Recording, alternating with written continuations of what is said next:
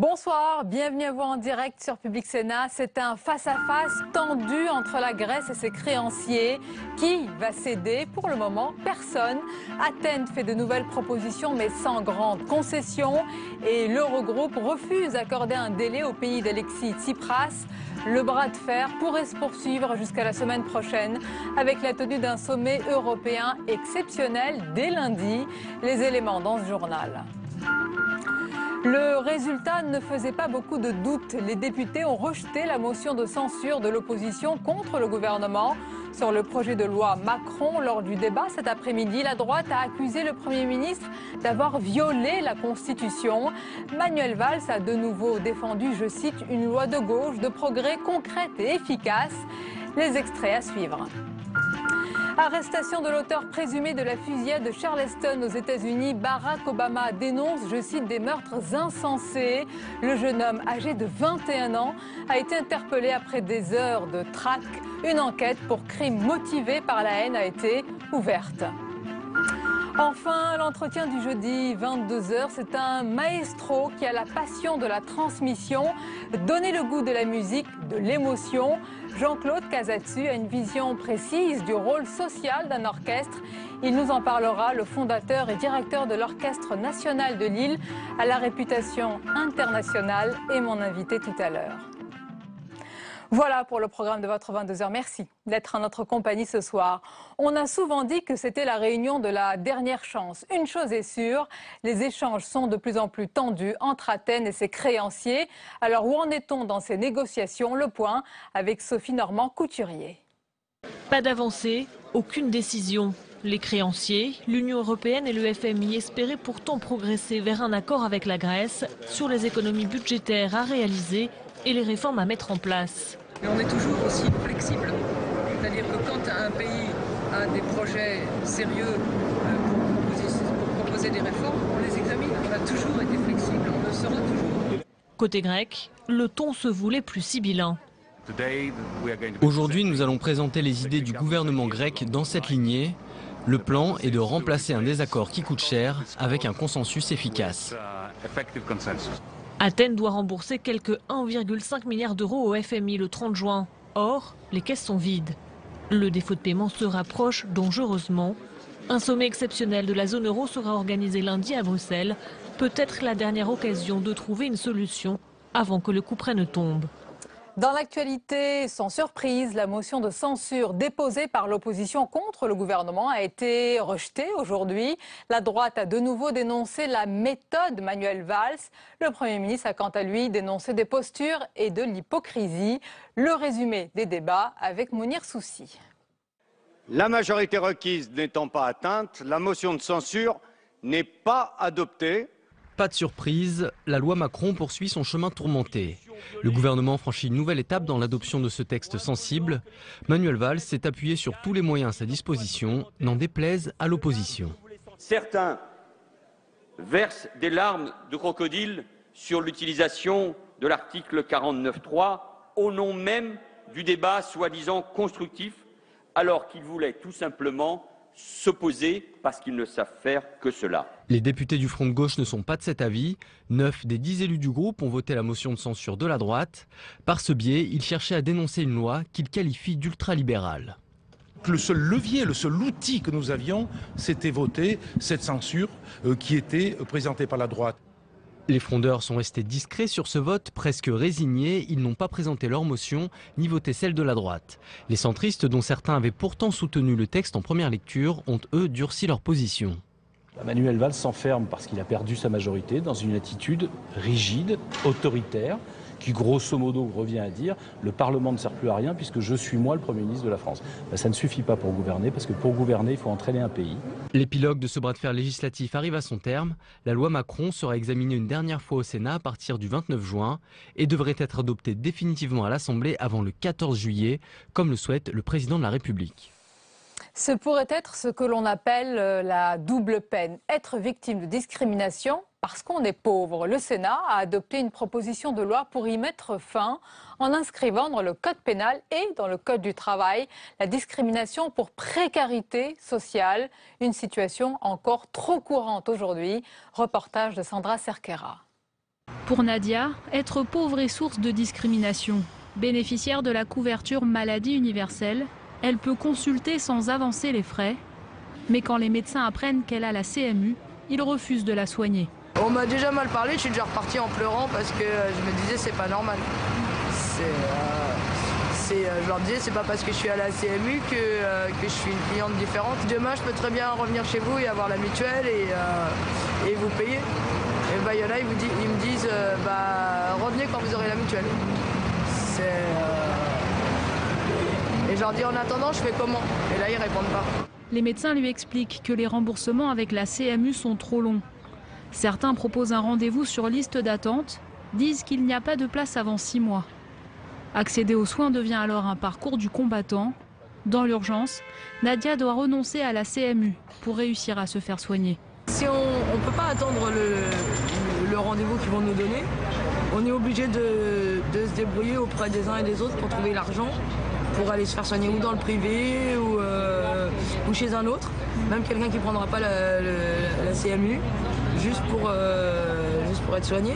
La discrimination pour précarité sociale n'est pas aujourd'hui prohibée par la loi. C'est ce que souhaiterait le Sénat. Une proposition de loi vient d'être votée pour faire en sorte que la pauvreté devienne le 21e critère de discrimination, au même titre que le racisme ou le sexisme.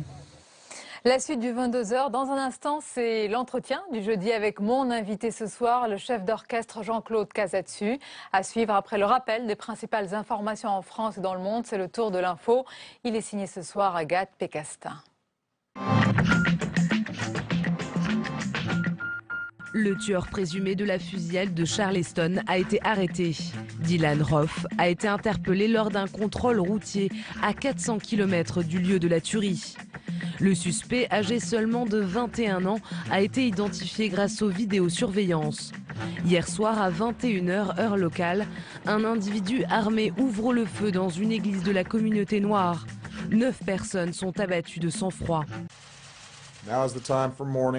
C'est le moment de faire le deuil et de guérir. Mais soyons clairs, à un certain moment, nous devons admettre le fait que ce type de violence n'arrive pas dans d'autres pays développés. Un crime raciste qui pourrait raviver les vieilles blessures. Il y a 1 an à peine, des émeutes avaient éclaté à Ferguson après la mort d'un jeune noir tué par un policier. Le pape, fervent défenseur du climat.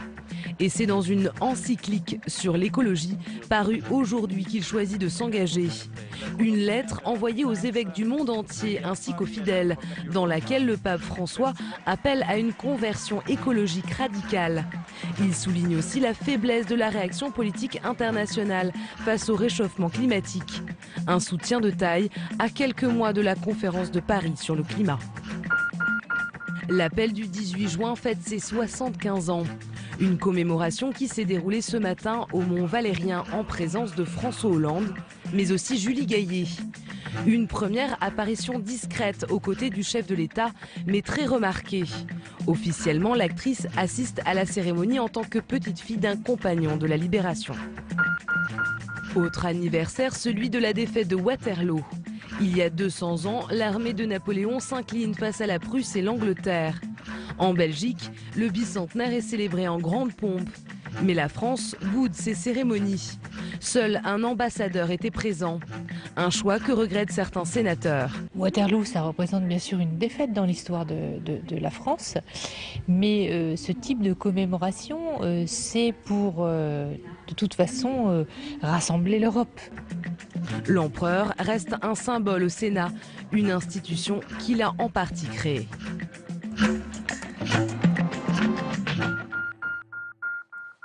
L'entretien du jeudi 22h avec mon invité ce soir, c'est un maestro à la réputation internationale. C'est le directeur de l'Orchestre national de Lille, qu'il a d'ailleurs créé. Jean-Claude Casatsu, bonsoir. Bonsoir. Et bienvenue. On va parler dans quelques instants évidemment de cet orchestre et d'un événement à venir pour fêter les 40 ans de cette institution musicale. Mais d'abord, dans l'actualité, il y a quelques jours, quelques semaines, on a beaucoup parlé de la réforme du collège. Et à cette occasion, on a beaucoup parlé de l'enseignement, de la transmission du savoir. On a parlé de beaucoup de matière et de langue, mais pas un mot sur la musique. Ça vous surprend? Ça vous met en colère? Ça m'attriste un peu, si vous voulez, parce qu'on n'a pas encore mesuré toutes les vertus de l'émotion transmise par la musique. Je m'occupe avec mon équipe d'environ 15 000 enfants par an. Qu'on les place, ils viennent aux répétitions, on leur enseigne, au fond, quelquefois, le moyen de réaliser le désir que la musique peut engendrer. Et surtout, la chose que je m'efforce de dire aux politiques que je rencontre, il n'y a aucune délinquance dans les écoles de musique. Chaque fois que vous avez un désir, que vous pouvez, au fond, voir ce désir se développer, on transmet aux enfants la nécessité pour l'accomplissement du désir, du travail, de la discipline, de la rigueur, et la rigueur devient volupté. Et ils s'aperçoivent, les enfants, quand ils viennent nous voir répéter, que nous recommençons jusqu'à ce que ce soit bien. Qu'eux, on leur dit à l'école, tu recommenceras jusqu'à ce que ce soit bien. Et tout d'un coup, ça fait sens. Ils apprennent la rigueur. Ils apprennent la rigueur, mais dans la ludicité, au fond, avec un objectif qui est la réalisation d'un désir, c'est-à-dire on veut jouer, on veut s'exprimer, on veut chanter, mais là, il faut de la discipline. Et vous savez, les premiers mots qui sont dans les manuels de solfège, qui sont quand même nécessaires, c'est le respect des valeurs. Et la musique, c'est un chemin de vie.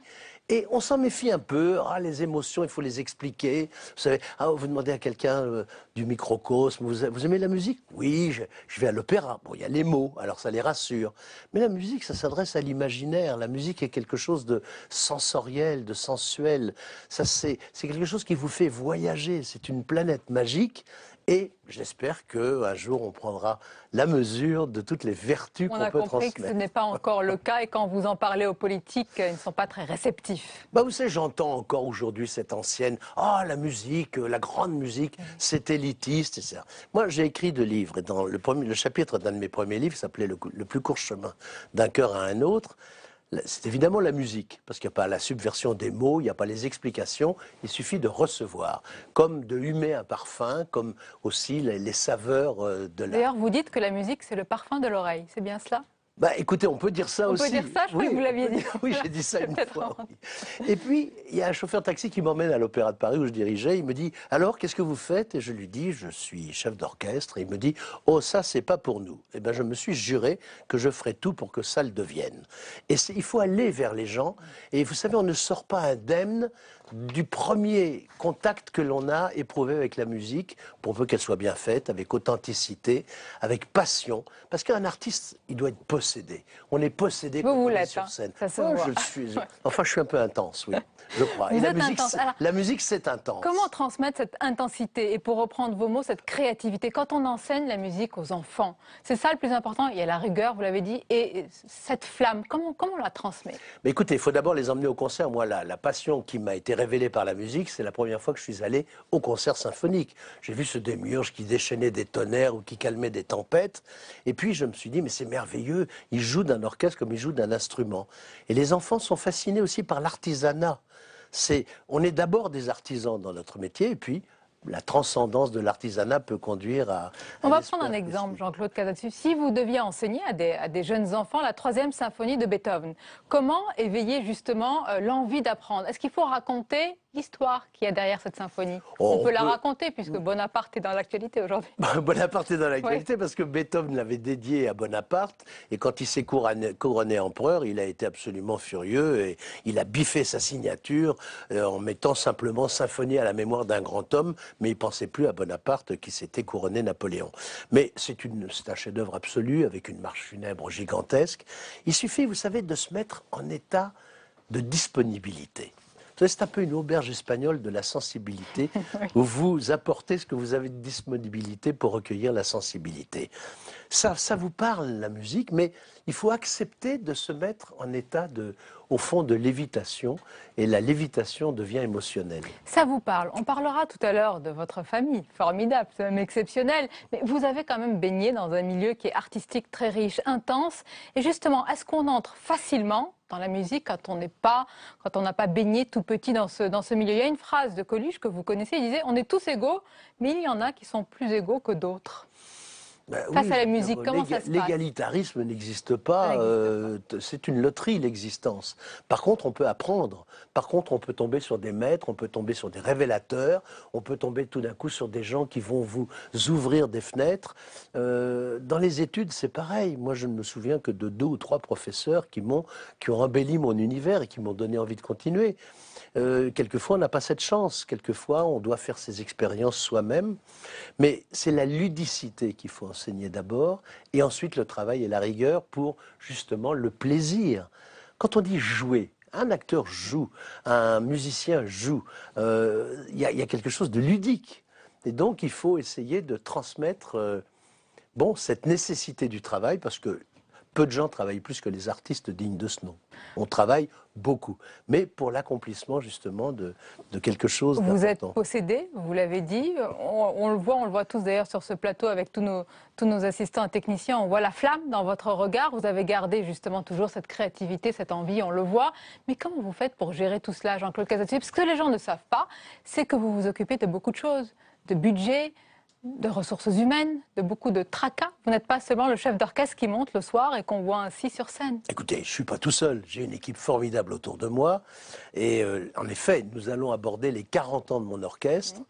Ça fait exactement 40 ans que je suis arrivé à Lille, avec le désir d'ensemencer musicalement une région de 4 millions d'habitants à laquelle je suis particulièrement attaché, que j'ai appris à connaître, dont j'ai compris les souffrances et en même temps dont j'ai pu éprouver la solidarité, la discrétion. C'est une région merveilleuse. On n'en parle pas suffisamment, je trouve, dans son côté positif. Surtout depuis Paris. C'est devenu, oui, surtout depuis Paris, oui, mais le microcosme snobino-culturucheux, vous savez, et quelquefois un peu désinvolte.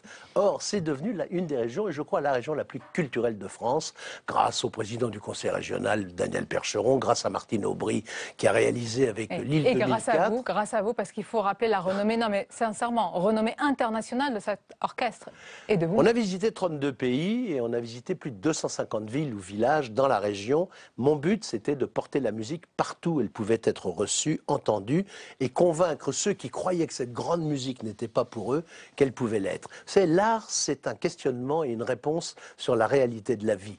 Et on peut, je veux dire, Malraux a cette phrase merveilleuse, il a dit « On peut être tenté d'aimer que le mot art puisse donner à des gens le sens de la grandeur qu'ils ignorent en eux. » Et on vit une période difficile, on vit une période en effet un peu de crise, mais Pierre Mauroy, en 1975, deuxième choc pétrolier, une crise à peu près semblable à celle qu'on vit actuellement, il a entendu, j'étais à côté de lui, on a beaucoup parlé, il s'est dit « La culture c'est important ». Éducation, formation, culture. Oui. Et j'ajouterai un mot, Churchill, quand il était Premier ministre, a eu cette phrase extraordinaire.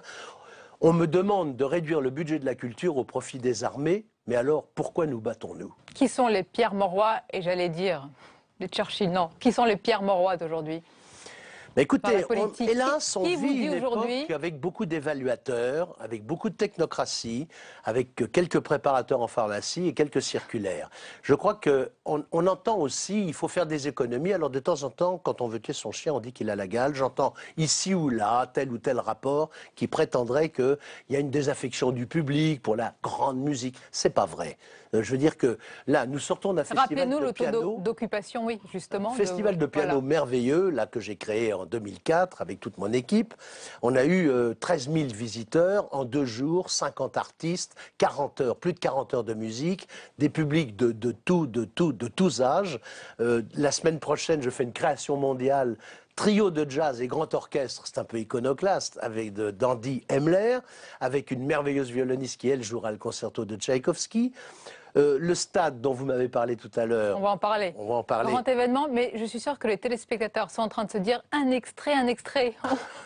On va justement écouter un extrait. Donc le public, je voulais simplement finir ça. Et là, le public, il vient, il est là, et plus que jamais, la musique est une nourriture fondamentale aujourd'hui pour conserver cette part d'humanité qui est la nôtre. Il y a tout juste un an, c'était le 2e concerto pour piano de Chopin et c'était au festival, au Lille Piano Festival.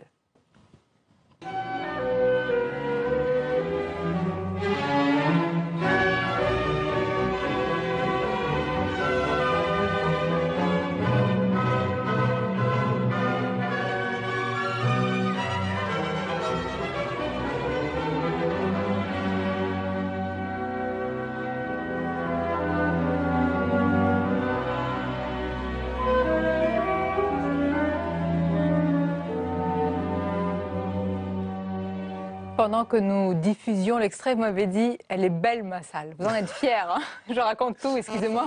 Notre salle, c'est pas la mienne. Mais c'est vrai que je suis plein de reconnaissance pour ceux qui ont compris, le conseil régional, son président Daniel Percheron, qui ont compris que cet orchestre, au stade où il en était arrivé, le public, les musiciens avaient besoin de l'écrin qui leur manquait. Et on ne dira jamais assez à quel point un auditorium, pour un orchestre, c'est son instrument. Si vous donnez un très mauvais instrument à un très grand artiste, il sera limité. À partir du moment où vous avez le sentiment d'être respecté, que le public est respecté d'abord, il revient, mais que les musiciens, tout d'un coup, s'entendent et se sentent voilà, considérés dans leur métier, ils font des progrès. Et voilà, il faut faire sans arrêt des progrès. Un artiste qui cesse de progresser, c'est comme tout, hein, dans la vie d'ailleurs. Alors, il y a un grand événement, on va en parler, que vous préparez. C'est vraiment, ça va se passer au stade Mauroy, et c'est pour le 40e anniversaire de l'Orchestre national de Lille. Vous allez jouer dans un stade avec plus de 300 musiciens et choristes face à 10 000 spectateurs. Aujourd'hui, il y en a 12 000. 12 000. Sur 15 000 places, il y a 12 000 billets achetés. C'est exceptionnel. Écoutez, c'est en tout cas un événement qui a l'air d'intéresser nos amis du Nord-Pas-de-Calais. On va jouer Carmina Burana, le boléro de Ravel, et pour ouvrir une fanfare, parce que vous savez, le boléro de Ravel commence très très piano. Alors là, il ne faut pas que les gens se disent qu'est-ce qui se passe. Alors, une fanfare de Paul Dukas, qui est la fanfare de la Pairie, le boléro de Ravel qui va allumer le feu, hein, on va faire comme Johnny, qui vient lui à la rentrée d'ailleurs, il vient à la rentrée dans le stade. Et puis, et ce stade est merveilleux parce que il a accueilli la Coupe Davis, il accueille des grands matchs de football, des matchs de rugby, il vient d'accueillir le championnat de France. Il va être aménagé comme une aréna. Il est très très beau, vous voyez. Bon, il est aménagé comme une aréna, la pelouse descend pour faire place à la scène, il est couvert, il y a plusieurs milliers de places, on en attend 15 000, entre 15 et 20 000.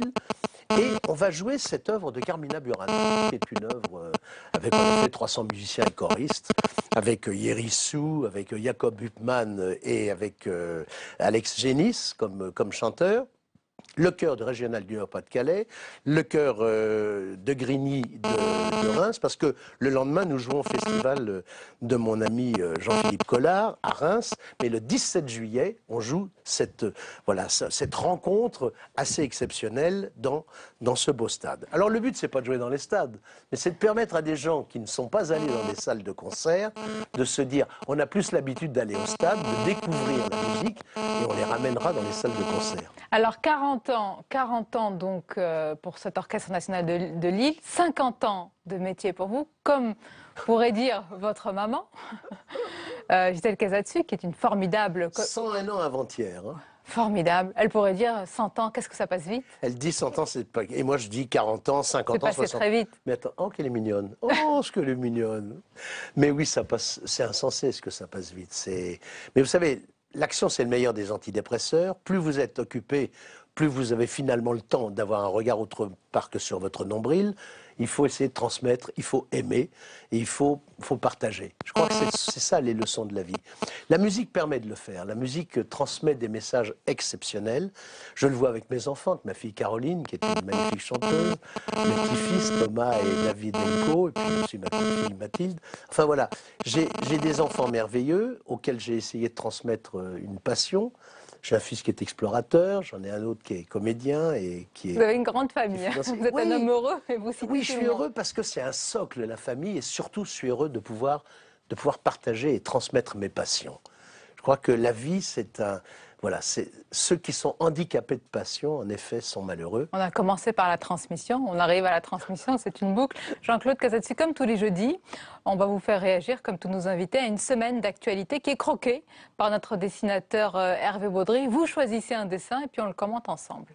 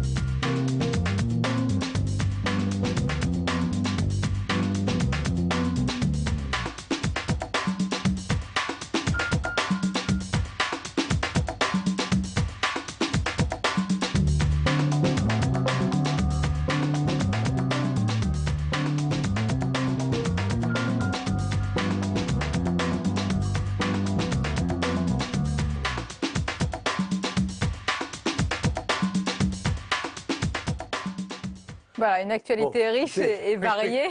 Vous en avez, des dessins. Qu'est-ce que vous retenez? Écoutez, je trouve qu'on a la chance d'avoir, on a la chance d'avoir un Premier ministre dont la femme est violoniste.